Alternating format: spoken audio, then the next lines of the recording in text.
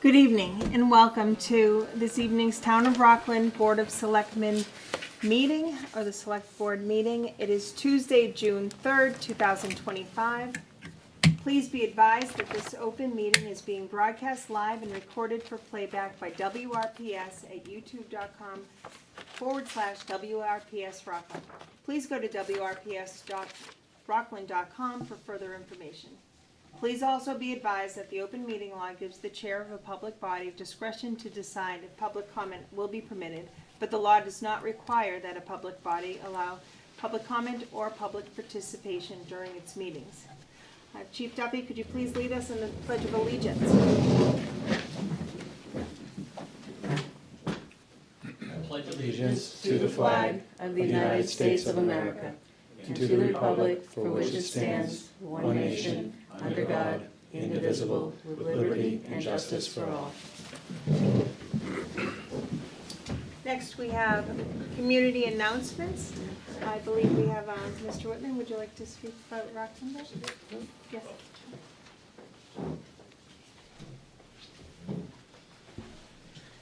Yes. Yes. We're here to talk about Rockland Day, and we'll get more detail of that later on, some of the details there. But Saturday, June 14th, so about a week and a half away, at the Rockland High School Stadium, right behind the high school.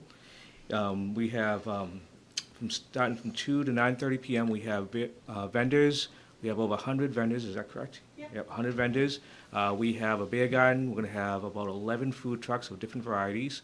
And we have entertainment for kids all the way up to adults, live entertainment, and tons of family-friendly activities. So it's going to be a great day, a great opportunity for Rockland to show ourselves, and we're very excited and hope to see everyone there, not only from Rockland, but from all the local communities. So. Always a great day. Would you care to? Nope, I think Robert covered it all. Thank you very much. You're welcome. Next, we have the minutes, and before I do so, I'd like to thank Vice Chair Childs for running the last two meetings on my behalf.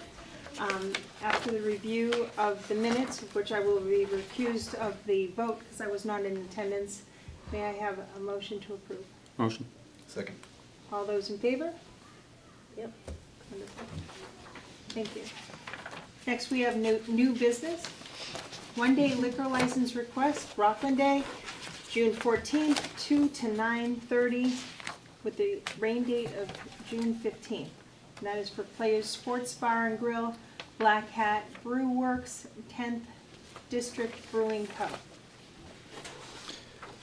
I don't really have anything to add. Allison's here if you want to talk about any other part of the beer garden or any. I know she loves speaking in public, so I just thought I'd give her the opportunity. But I mean, we do this every year. Obviously, we recommend approval. We do, Everything's in with all order. the paperwork in order.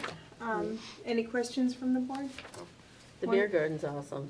I just want to say that. You guys do a wonderful job. Yeah. Really do. Motion to approve. Second. Okay, all those in favor? Yep. Wonderful, thank you.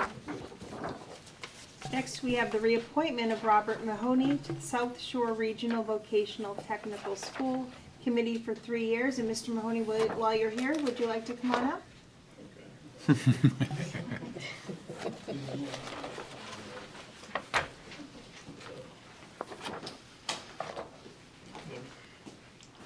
Thank you for having me this evening. Thank you for being here. Yes. All right, and we have paperwork in order. Does anybody have anything for Mr. Mahoney? No, Bob's been representing the town of Rockland on the VOTEC School Committee for a number of years. He's done an excellent job on it, and he's an asset to the town. And you currently the chairman over this still? No. No, not No, anymore. I was, I just got Yeah. done. Okay, so, Yeah. you know, he's got a lot of knowledge on VOTEC, and they got a big project. I can't think of anybody I'd rather leading it from the Rockland perspective. Yeah. Yep, Likewise. agreed. And you can tell that you're incredibly passionate about the VOTEC and excited about the Well, new it's school involving coming. kids. Yeah, That's what it's all about, so. yep, cool. I'll make a motion to reappoint Robert Mahoney to the SSVT School Committee. Second. All those in favor? Wonderful, thank you Thank very you. much for being here. Thank you. Thank you. Okay, next we have the Housing Production Plan Committee appointments. Sure, Trevor, would you so like to lead us? our town planner, Allison Quinn, is not able to attend this meeting tonight. She's at the Zoning Board of Appeals meeting, but I did chat with her about this. So this would be a very helpful thing to have in order to update our housing production plan. And the plan is important because in situations like where Rockland is facing right now, where we're close to our 10% safe harbor threshold, but we're not quite there, if you have an approved housing production plan, the state will accept that once the state approves the plan, and that can actually help you temporarily bridge that gap. So it's a really important document to have, and it is a best practice to have a committee like this that's essentially kind of a steering committee, working with a consultant, most likely MAPC, to develop and update the plan. Then once that draft is finalized, it'll be presented to you in a public meeting, and it'll be up to the select board to accept it and approve it or not. So what you have in your packet is a list of names that are recommended. We have from the Cultural Council, John Cheney; from the Rockland Chamber of Commerce, Jeff Phelps; from the Rockland Housing Authority, the Executive Director, Margie Carr; then residents, George Anderson and Rick Snee; and then the Planning Board and the Rent Control Board or Rockland Renter, those are still to be determined. We haven't identified those folks yet. The one thing that I do want to highlight, though, is that my recommendation would be that Jeff Phelps and Margie Carr, if you choose to appoint them, should be appointed as ex officio non-voting members, since they're not Rockland residents, but they represent important organizations in town that really should have a seat at a table in discussing this. They're all public meetings, so they could go anyways, and again, this committee doesn't approve the final plan, they're just steering things to present to you. So, but to be consistent with our town bylaws and charter, I'd recommend those two be ex officio non-voting, the others be full voting members. And I'm sure Allison will bring forward the other two names once she has those. Great, do we have any questions or comments from the board? Nope. No, I'll make a motion to appoint, and to appoint Jeff Phelps and Margie Carr as ex officio non-residents, non-votes. Second. All those in favor? Great, thank you. Next, we have the Abington Rockland Joint Waterworks update. Mr. Cameron, Superintendent, is here to join us. Thank you, Crystal. Thank you for having me. Hello and welcome. Thank you. Just get situated. All right. I'm just here to answer some questions. I know there was a lot going on with the Boyle order. Just want to clarify some things. So does the board have, do you want to start off with the board? Do you guys have any questions as to what happened? The time frame as to how things went down, or do you want me to just kind of roll through? Well, I think I'd like to just hear what happened. I don't think we've gotten any kind of an update, so we don't know anything that's happened. You haven't been updated at all? No, we've been waiting for you guys to come in, so I've heard, rumors and conjecture, and I've heard some unofficial stuff, but I think it's important that the residents hear from the start of the process, what happened and what's been going on since, Okay. Well, we had a Boyle order because we had a positive total coliform hit that resulted in repeat samples that had a total coliform hit, along with and that's what we call it when we have a positive sample, it's a hit, along with an E. coli sample that came back positive as well. So the way that we deal with that is we need to notify the state. So the way that things happen is I was asked to kind of explain the frequency of how we test for bacteria. So I can go into that and then kind of roll through how things were handled. When we test for bacteria, we have an approved sample plan that's approved by the state.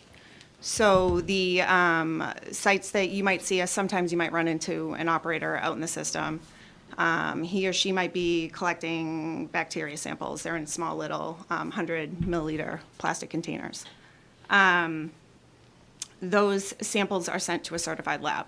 But they don't just go to random businesses. This is all approved by the state throughout Abington and Rockland, and it's spread out so that we try to get a representative sample of what we have in our system. And so we are required to collect based on population. So we're required to collect 55 samples, routine samples, 15 tank samples, and then we also collect raw water samples, which is at our source. Those samples will have E. coli most of the time in them, but we take that out of the water. And then that'll also have total coliform. Total coliform is something that's naturally occurring in the environment. It's not harmful, but it's used as an indicator for E. coli and the harmful things. So usually when you find the total coliform, you then go to the next step and you look for E. coli. Let's see. So then, like I said, we found both total coliform twice and E. coli at this one sample site. Then we were required to notify the state after I was told by the lab. I did that, and then I waited for a public notice to come back from the state, which has to be approved. And then once I received that, we got into the notification process. So it's a tier 1 violation. So usually tier 1s are pretty serious violations. So those are, notification is required within 24 hours. Nothing past 24 hours at that point. So of when I was notified by the lab. So there's a process, like I said, the lab notifies me, I notify the state, and then we get everything rolling after that. Once we did that, there's different ways that you can notify, residents in the community of a tier 1 violation. You can use reverse 911. You can use, which we did. You can use website posting, notify me alerts, which we did in Rockland, Code Red in Abington, which we did that as well. You can post paper notices throughout the town, digital signs, and newspaper and the news as well. All of that was done for Rockland and Abington. So that was the notification process for that. As far as the reverse 911s, I believe Abington ended up sending out another reverse 911. I believe they did a code red and thought that would cover everything, but residents have to sign up for that code red. Mm-hmm. So some of them might not have gotten that. So I know this is Rockland, but we're a dual, water department. So it's important to me that I share that information as well. I think a lot of residents weren't getting the code red, so so I was getting some complaints at the office, and I called the town manager in Abington and asked him to do a reverse 911, and we got that done about an hour and a half after they sent out the code red. So all of that was done according to the regulation.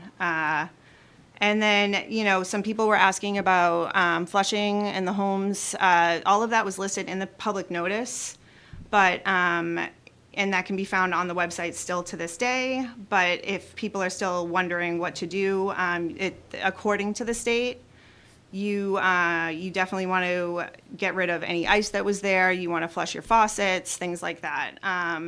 There's really no given time as far as cold water faucets. They don't specify a specific time as to how long you want to flush your cold water faucet, but they say just until it becomes cold. That's what it says on the state website.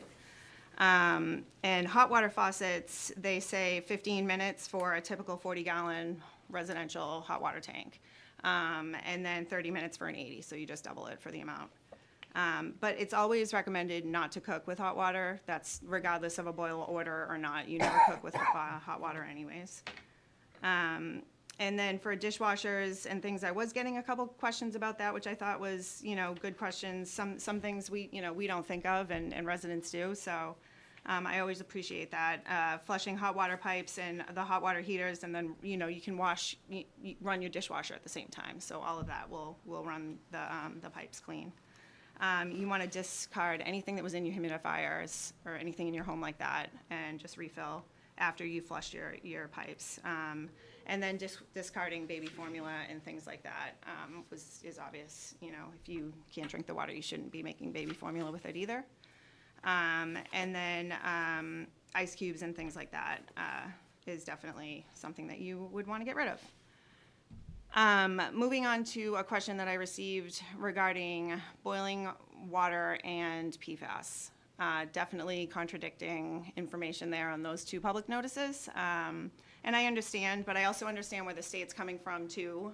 The state, I think with, us as people in general, people that aren't in my industry and my business, I think the catch-all, the fix-all is boil the water. We'll fix it, boil the water. I think the state wanted to get the information out that with PFAS, boiling water does not fix it. It does not get rid of PFAS. What it does is it just evaporates the water that you have, and it just leaves the PFAS behind. So if anything, you're losing water, leaving the same PFAS, so you're actually concentrating the PFAS that you have in the water. So that's why they were saying, don't boil the water. But in this case, when it comes to E. coli, total coliform, that type of situation, and boiling water, you're dealing with an acute situation versus a long-term. You definitely boil the water in this case. And that's what we were telling people that were calling. We got several calls. We were open all day Friday, all night Friday, all weekend. The office was staffed, answering questions, and fielding calls and things like that. So, what else? I know I had some more questions. As far as rebates go for any water that was purchased or any filters, that is something that the board is going to be talking about at their next meeting. I don't have control over that, so they'll talk about that. And I believe that's all that I had as far as the questions that I was given. But is there any questions that the board has about this, or anything that I didn't cover that you'd like to know? Yeah, I had one. How often do the boil water orders occur? I believe this is the first one in Abington Rockland Joint Waterworks history. How like ever? Okay. All right.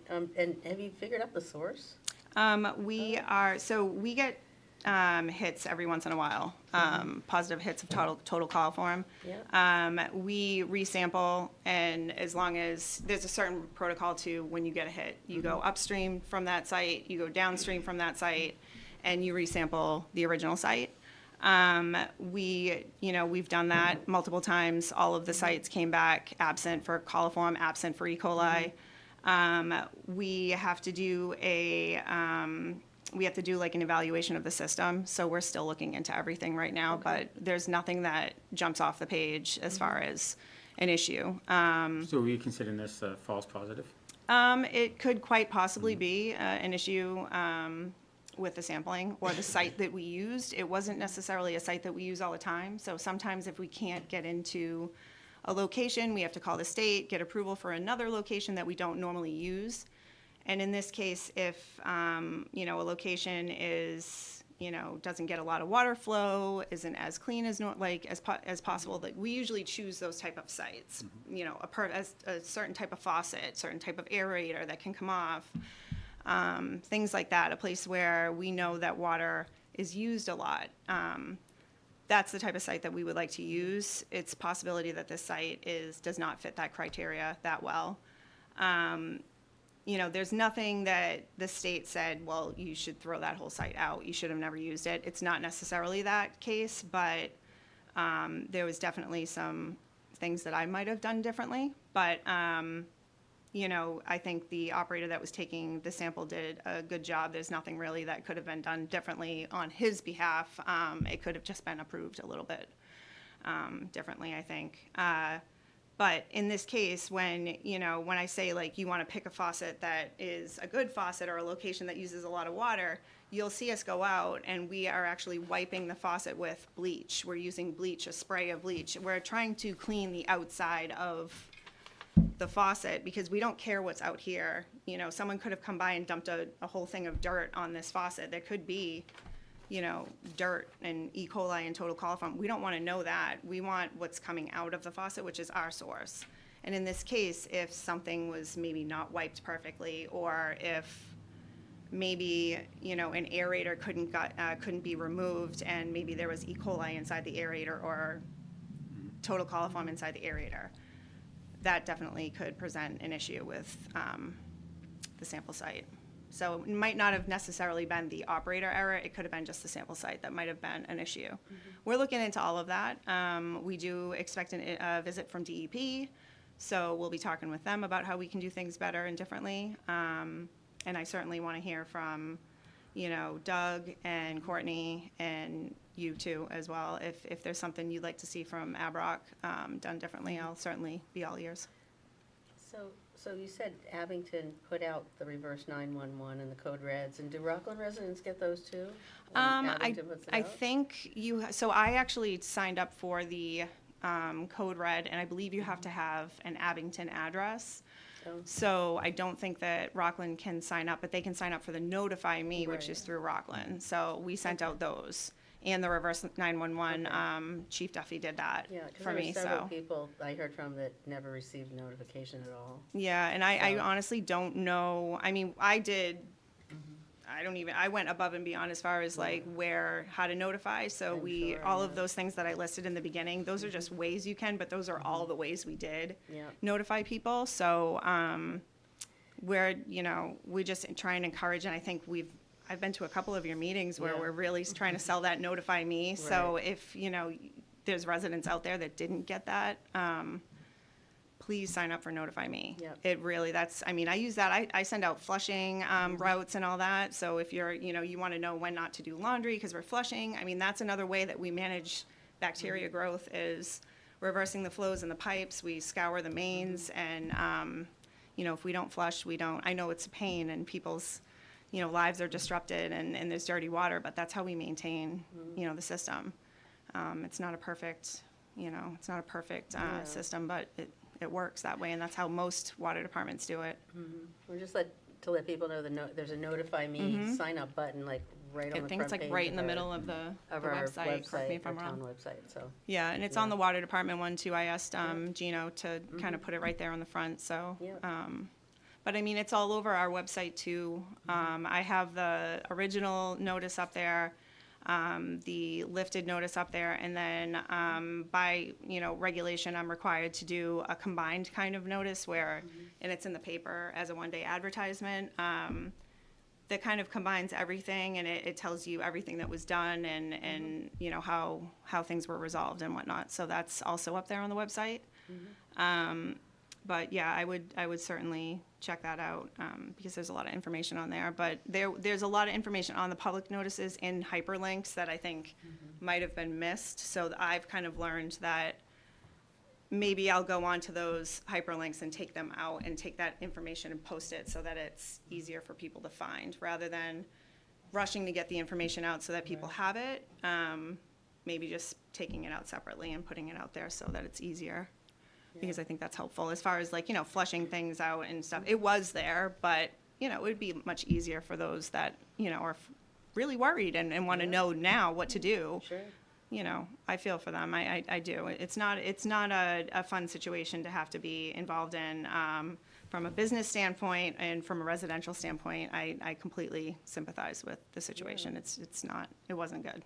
Well, thanks for being on top of it. I appreciate that. Thank Yeah, you. No, really, you guys were, I called Cody several times. Yeah. He was With actually questions. really great on the Yeah, phone. he was great He's on the he's phone, yeah. our street foreman, and he's just Yeah. the kid's amazing. So Anyway, Do we have any more I questions? do, I got a couple. So you mentioned 55 sample sites. Mm-hmm. How often do you guys hit those? So we have to do 55 sample sites a total a month. So month. we're out at the very minimum, once a week, if not twice a week, to make sure that we satisfy that regulation. And that's spread out throughout the month, so you're getting pretty good samples Oh, yeah. throughout. Good. And there's times where we do well over that because of the way that the weeks fall and things like that, so. With the E. coli, is it just pass-fail, or is there a threshold like with PFAS? We get pass-fail. Okay. Yeah, it's present, absent. Great. With the new, now I know this is the first boil water order we've ever had, which is great news. I think about, I'm in IT, and so we think about total uptime. 99.9% is what you want to hit. You guys are well beyond that. With the new filtration system, would that help mitigate situations like these in the future? I know it's designed for PFAS, but would it help with bacterial contaminants as well? It could. Okay. But in this case, if we were gonna have an issue, if the issue was coming from the treatment plant, we would have had a hit. So at Hingham Street, which, would have been the closest point to this E. coli positive. So that's where I'm saying, like, if usually like you can follow the bacteria hits backwards and figure out, okay, this is where it is, and you go to this one spot and you address what's going on here. Usually it could be a wellhead or something got in there and died, whatever. That's not the case is what happened, but usually you can find a pattern. In this case, it was one hit, one site. All the other sites were negative or absent. You know, if Hannigan Water Treatment Plant had a bacteria problem, I would say most likely those, you know, the resin filters would, which is the last step in the PFAS process. You know, they're pretty good filters, yeah. I think that they would take care of it, but in this case, I don't think that it came from Hannigan at all. So it's out in the system. I think it might have just been a problem I agree with with your the sample assessment. site. Yeah, for sure. This one's more of a hypothetical, but knowing that this is our first ever. If for whatever reason we determine that one of the sources itself was a problem, a large contaminant of E. coli, maybe some, you know, illegal dumping or something happened to that effect, is the system designed as such that it could shut off a particular source? And then what would the impacts be? So do you mean like if, like a water source So that say we like treat, the like Hannigan? Myers wells were Okay. impacted due to, you know, some catastrophe. You can isolate the Could you contamination. isolate that, turn off that water source? We could, And yeah, then what would Myers the impacts Ave. be? We're designed though with what we have, the treatment techniques that we have there to take care of bacteria. So if, usually when we run into issues like this and there's bacteria coming out of a treatment plant, something has gotten into a clean water well that it doesn't belong there. In this case, it's not the case. Or you have like, I don't know, bad plumbing where you're taking your sample from and you replace that plumbing because it's almost like its own little mini water main that you haven't flushed enough, you know? And in this case, so say hypothetically, if something got in a clear well, which is what we call our clean water storage, hypothetically, would we be able to take that down and clean it? Absolutely, yeah. We would have to do it very fast, but yeah, we can do it. Okay, thank you. Any other questions? I certainly want to thank you for tonight's update and, like Laurie said, for being on top of this and for always being such a great resource for the town. Thank you very much, Tiffany. I really appreciate it. Thank you.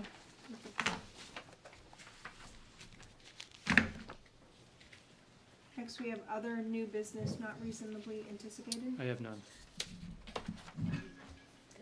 There's a water commissioner. Oh yeah, do we want to talk about that? Do you Oh, want to talk about that? actually, yes. Was that First, anticipated? should we? Is that, Yeah, is that on the agenda? it is, it could be re. Well, it's part of the We could. Abington Rockland Yeah. Joint Waterworks update, so Can we yeah. have it in our packet? Yeah, there should. Sorry, that was a dress rehearsal. No Yeah. worries. Yeah, so the board got, I got real far. yeah, no, you gotta make a quicker exit. The board got a letter from the chair of the Board of Water Commissioners on May 29th. I'm writing to inform the Rockland Select Board there's a vacancy in the Board of Water Commissioners and respectfully request that the Select Board begin the process of an appointment to fill the vacancy. Please feel free to reach out to Kristen or myself with correspondence, et cetera, et cetera. So that was a letter we received that's in your packet, and there was also an email that was sent by David Saucier to the town clerk where he wrote that he was respectfully resigning from his seat as water commissioner. So correct me if I'm wrong, Doug, at this point, based on that letter, I think, I'm trying to remember the way that we did this the first time, but I think that now It's we a joint can. vote with both boards. Right, but we can advertise at this point, I don't know if it's the select board or the town advertises that we've got an open water seat on the Rockland board, and then once, you know, people can put in their interest for the seat, and then the other two commissioners will come and vote with the select board, as Doug said, a joint So vote. as of now, they can't have meetings, there's. No, we Well, can have there's a meetings, quorum. yeah, It's it's a joint- quorum. Oh, there Yep. is, that's fine, okay. So the two Yeah. Rockland commissioners are a Okay. quorum still, All right. and then the joint is a quorum still Yeah. as well. Is there any interest from anyone you know? I'm not entirely sure. Yeah. I've heard some, you know, some talk, but I don't know of anything 100%, so, Okay. until I see a letter, we'll All right. see, or until you get a letter. And I'd recommend that we both advertise and that we would just Right. direct people that are interested to contact Crystal and to, go to the water department, maybe observe a meeting, et cetera. And then I think we just wait until you have a critical mass of one or more people that you Sure. think would be good. Let us know, and then we'll schedule a joint meeting, Yeah, we can do publicly that. post it. This is an elected position, yeah. Mhm. Do we know the term for this? He's up in April. It would be a one, yeah. Oh, okay, good. I'm sorry, could you repeat that? It would be a 1 year Okay. from now and up until April. Yep. Great. Thank you. Yep. So I'll put that on the website tomorrow. Courtney's already making a note to do a publicity. I know what she's doing. Thanks a It's lot. great. Have a good night. Thank you. Night, Crystal.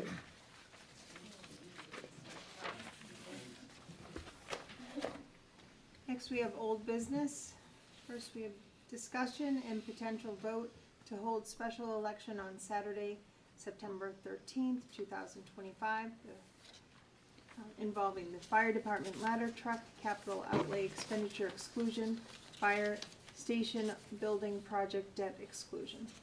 Thanks, Tiffany. Yep, so this is something that we've been talking about even before the town election in April. We've been talking about this potential situation for probably a year as we've been promoting this project. So just to get everybody up to the same page, 2 years ago, we proposed fire station building project that was rejected at the ballot and at town meeting, and the message that we heard loud and clear from voters was they wanted us to come back with a smaller project that was less expensive, that would not cost as much to taxpayers. And that's what we did, came back with a smaller project. We also had a separate question for a 1-year capital exclusion for the ladder truck. Both of those failed at the ballot at the annual town election in April, though they were already on the town meeting warrant, so we went ahead with town meeting, and both of those articles passed at town meeting. So this is contingent on another action like a ballot. You need to have both things approved in order for it to be effective. So we can't raise taxes beyond Prop 2.5 for these types of projects without both a ballot and a town meeting vote. So again, as we've been talking about for a long time, including at town meeting, what's before you is you could decide not to do anything. You could decide to take no action, and both of these two initiatives would be dead. You do have the option of calling a special election to give, essentially it would be a tiebreaker, because we've received conflicting input from voters on this and these two initiatives. Initially there was a no vote, and then there was a yes vote. You could call a special election that would essentially be a tiebreaker. If that either of them failed at the special election, then those projects are essentially dead. If they pass, then they have the required approval, a town meeting vote and a ballot vote, and we could move forward with those two initiatives. In your packet is an email exchange I had with Attorney Clifford, just confirming and clarifying what the timeframes are for holding a special town meeting after town meeting. And you'll see through the email exchange that the deadline would be September 15th, and that's per Mass General Law, Chapter 59, Section 21C.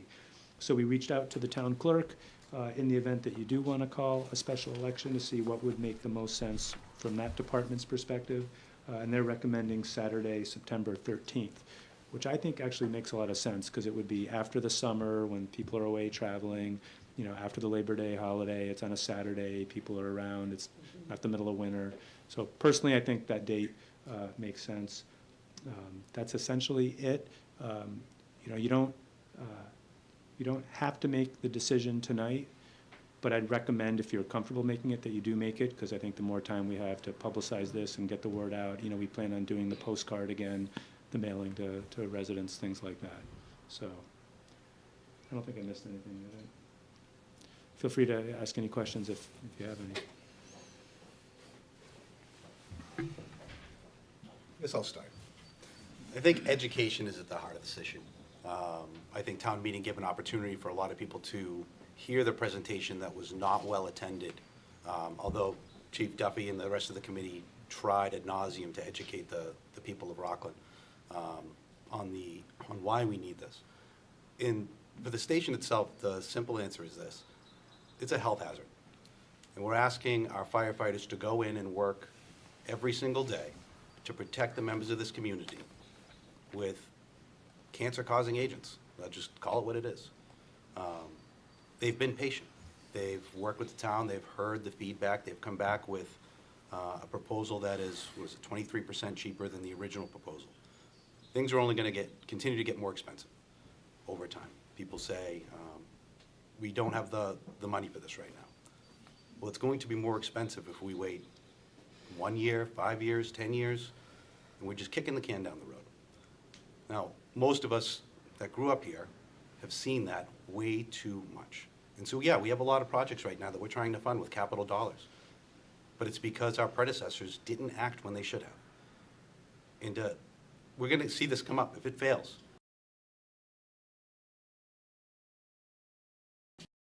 Until we act. Same thing with the fire engine or the ladder truck.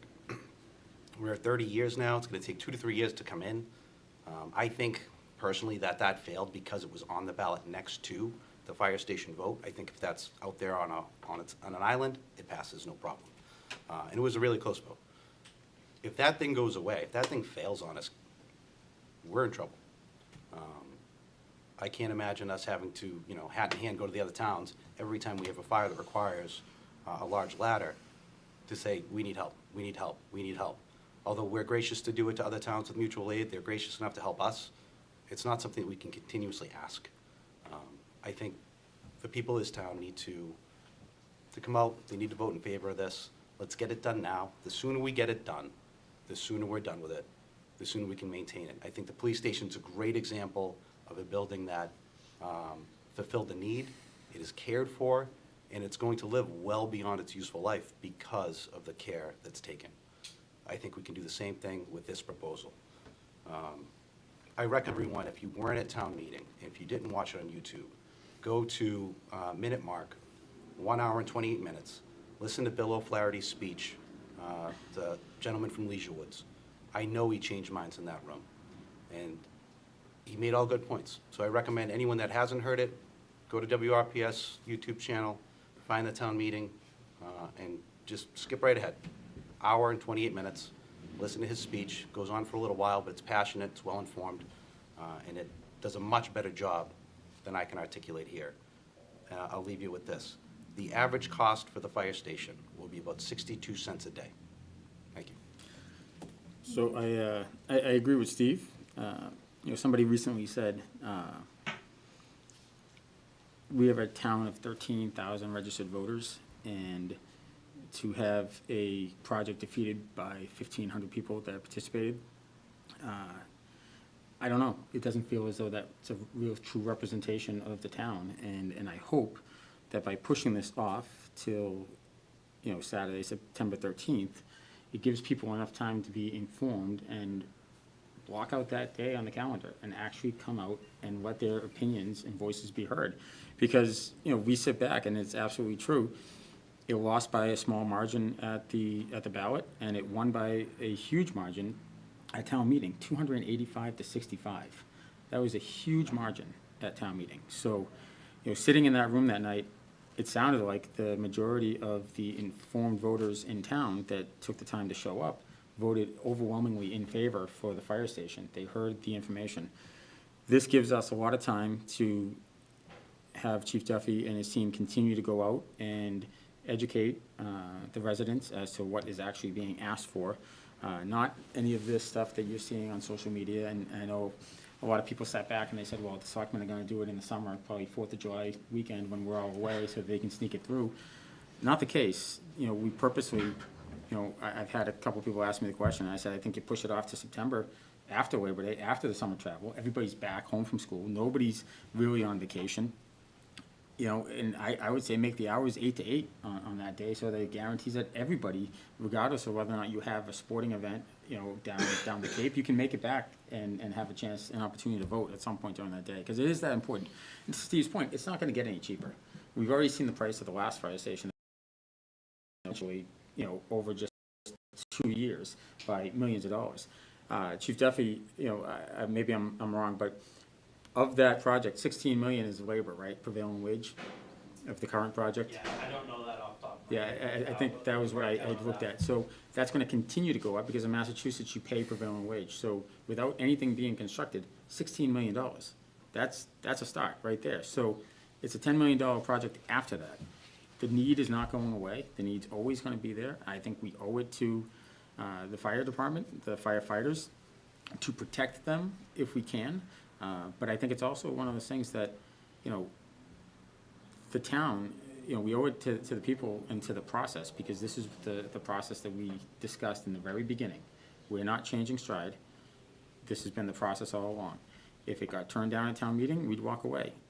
Probably bring it back again, to Steve's point, 2 years from now, but, because the need's not going away. But it was overwhelmingly approved at town meeting, and I think, you know, I'd feel very comfortable voting for a September 13th vote for special election tonight, so. Yes, I do too.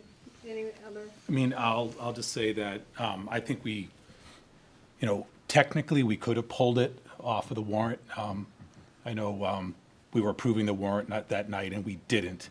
And it would be kind of cruel to go through having people show up at town meeting and then go kind of, you know, psych, we're not actually going to hold the election. So I do understand why people are kind of ticked off that we keep asking and keep asking and keep asking.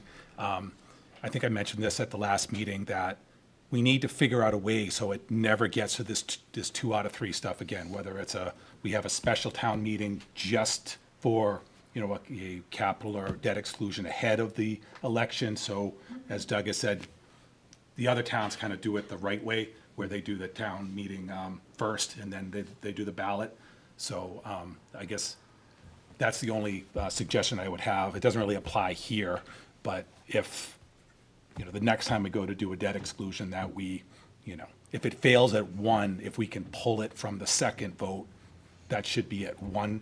You know, none of this best 2 out of 3 stuff, because I know that ticks people off, because they're going to say, we just voted this down in April, and they're asking again. They keep asking until they get the answer they want, and I understand why people are going to be kind of ticked about it. But on the same token, we need this fire station. So, you know, I hate how this process kind of went, but we have really no choice but to put it on for September 13th.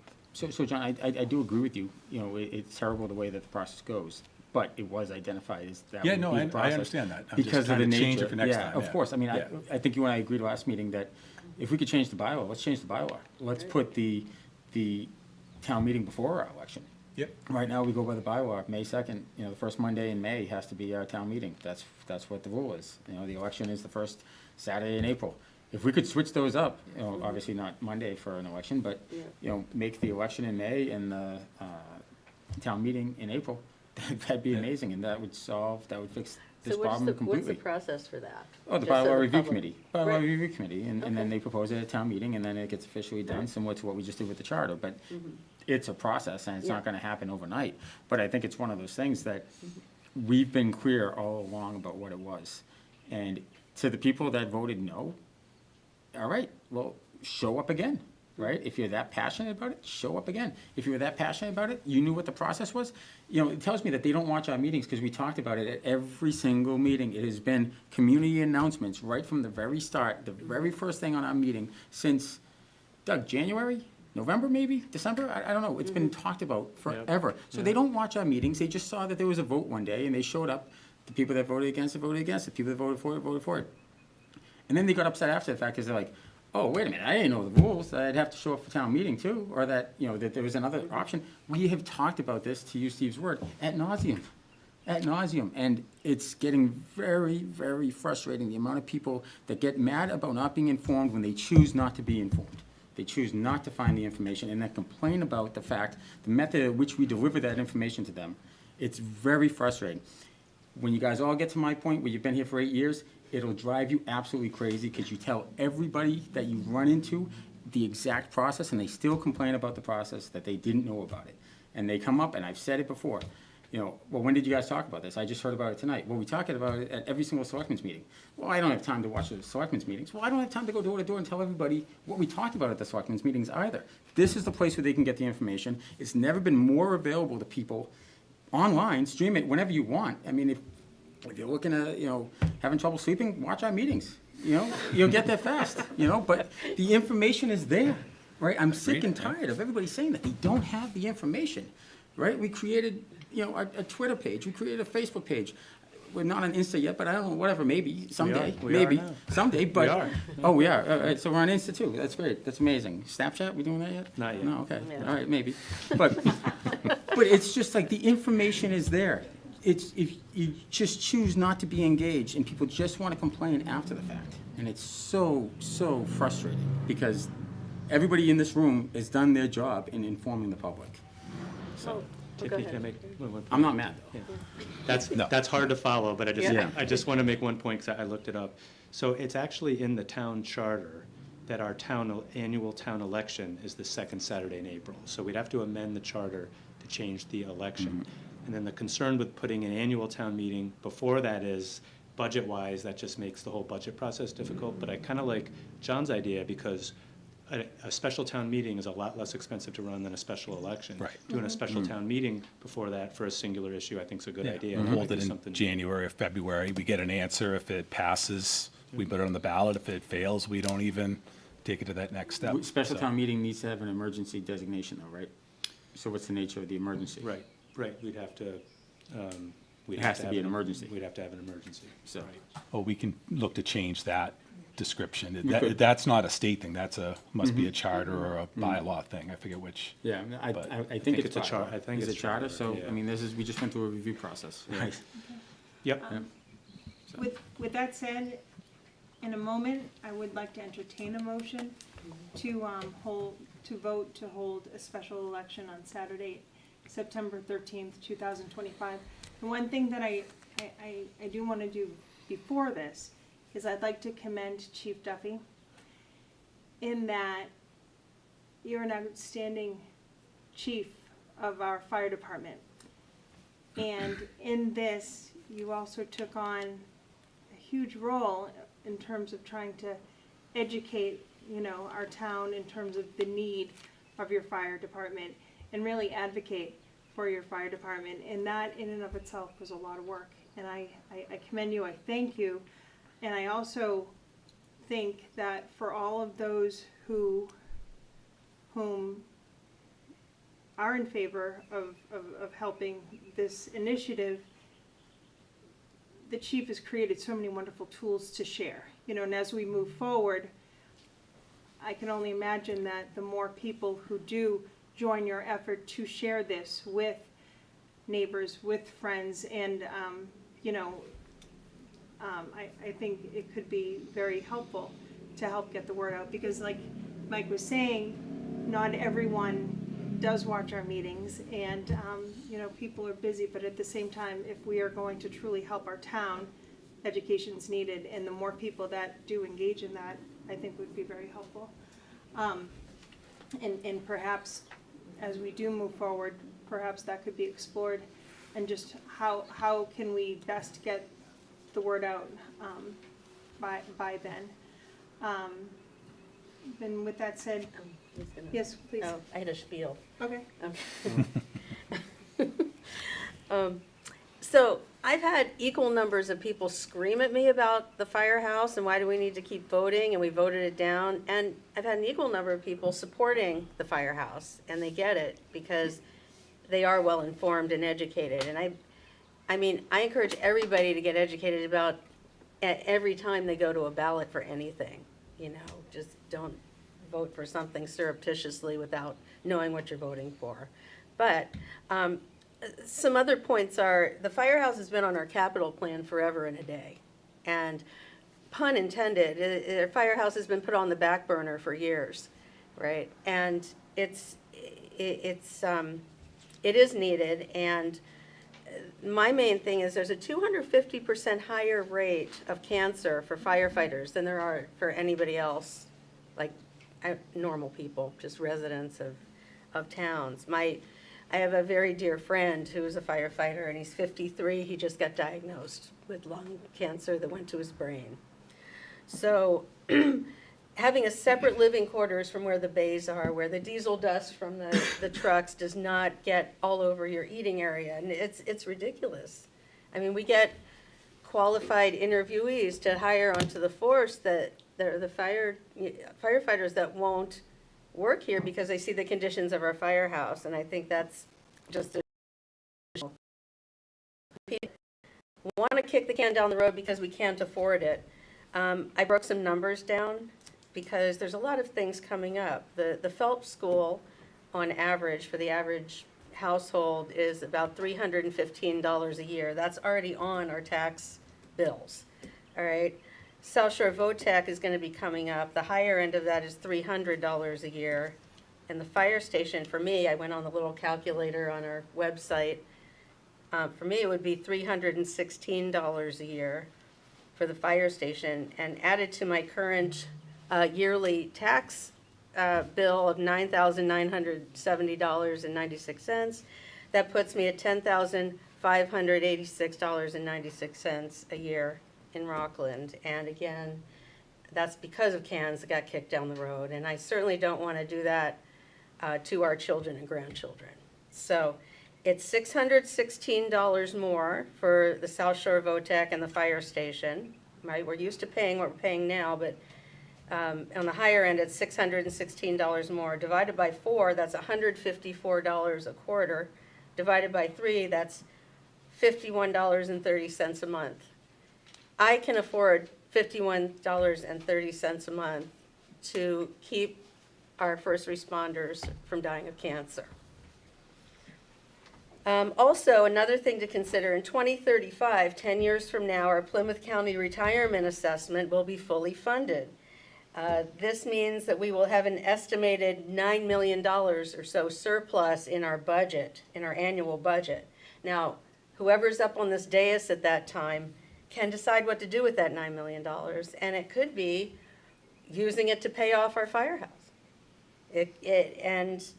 And what everybody else says, it ain't getting any cheaper. So that's my spiel. Great. Merit. Motion? Motion to approve the Saturday 9/13 for a special election. Do I have a second? Second. All those in favor?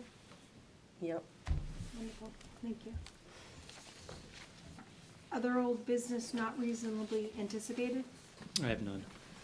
Okay, next we have select board liaison update. Do we have any? Yes. Okay. Yes. It's about the Board of Health. In the Health Department, there are currently 9 permits that do not have a quorum of signatures on them to go forward. They are a couple chicken permits. There's the food trucks for the Rockland Day. Permits haven't been signed yet. And some swimming pool permits, including Leisure Woods, and they are kind of angry that their permit has not been issued as of now. So I encourage Robert Stevens and his mother Tina to get in as soon as possible to keep the business of the town moving forward to do that. That's it. Any others? Okay. I believe on the next meeting agenda, Doug, we're gonna add a select board liaison, basically kind of review, so that reorg, so that we can discuss that then. Can I ask a quick question on that? Do you want to do that at the next meeting or at the July meeting when you normally do the full board reorganization? It doesn't matter to me.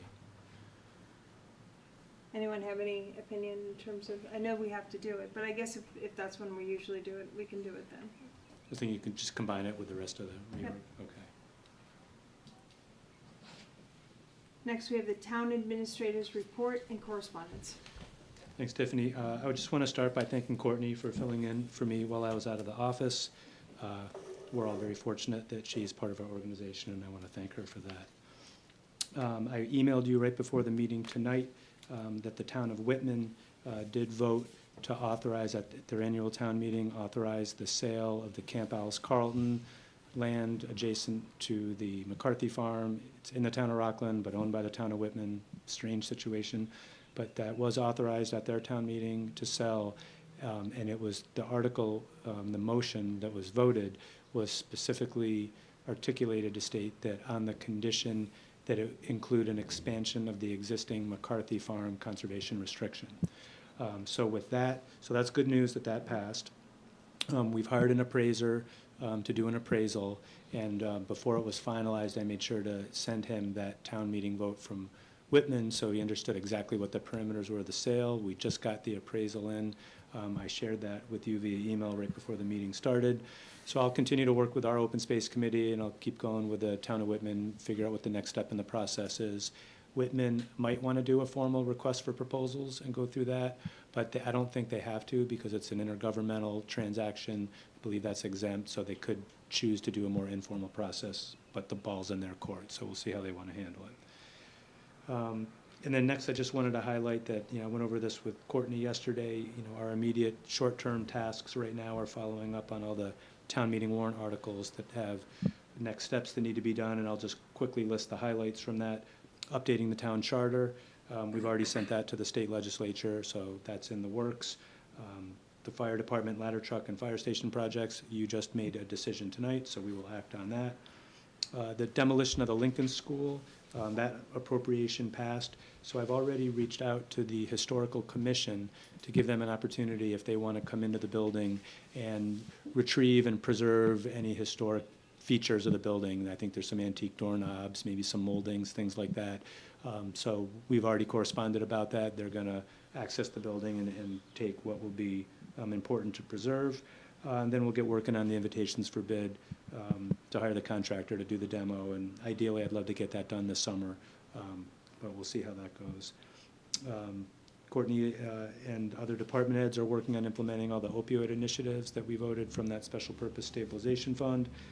All of our financial departments are going to implement the various HERO Act veterans financial articles. And then lastly, last but not least, the bicentennial track project.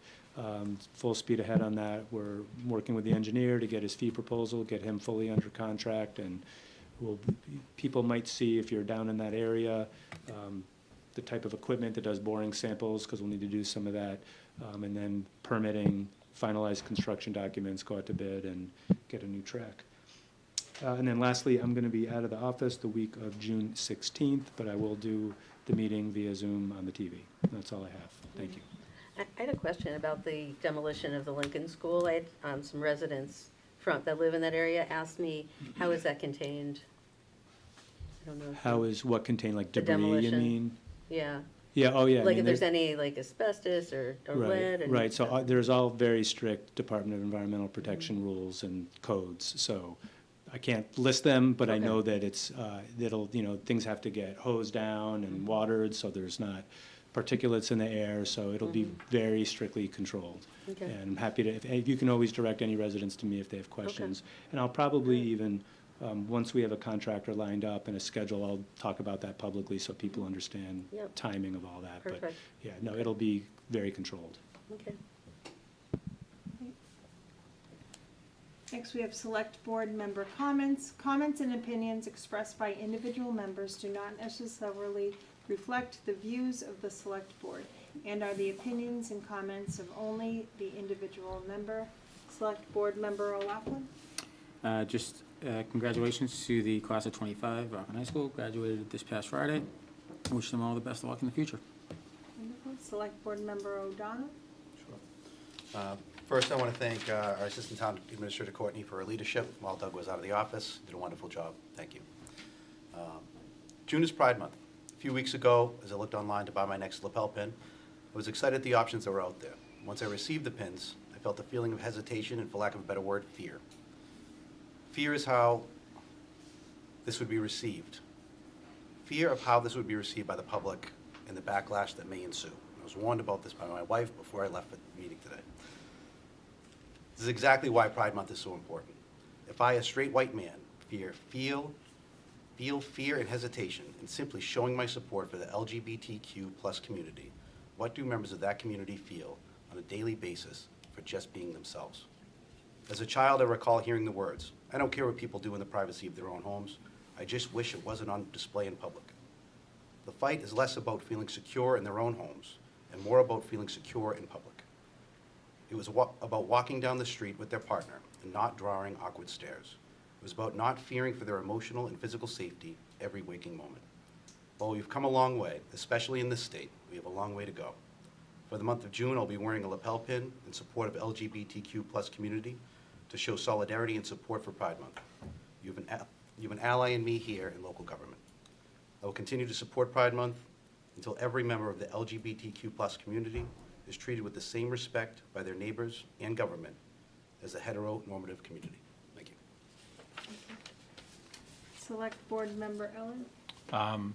Two quick things. Thank you, Courtney, for filling in for Doug so wonderfully. And then congratulations to the class of 2025. And best of luck with your futures. Thank you. Vice Chair Childs? Yeah, I echo what the board said. Courtney, you rocked. You absolutely rocked it. So, thank you. And class of 2025, good luck in your future endeavors, and have a great last summer before you gotta, get back to work. So. All right. And with that, Courtney, thank you. Congratulations, class of 2025. And Steve, that was also beautifully said. I couldn't agree more. So with that, do I have a motion to end the meeting? Motion. Do I have a second? Second. All those in favor? All right, good night, everyone.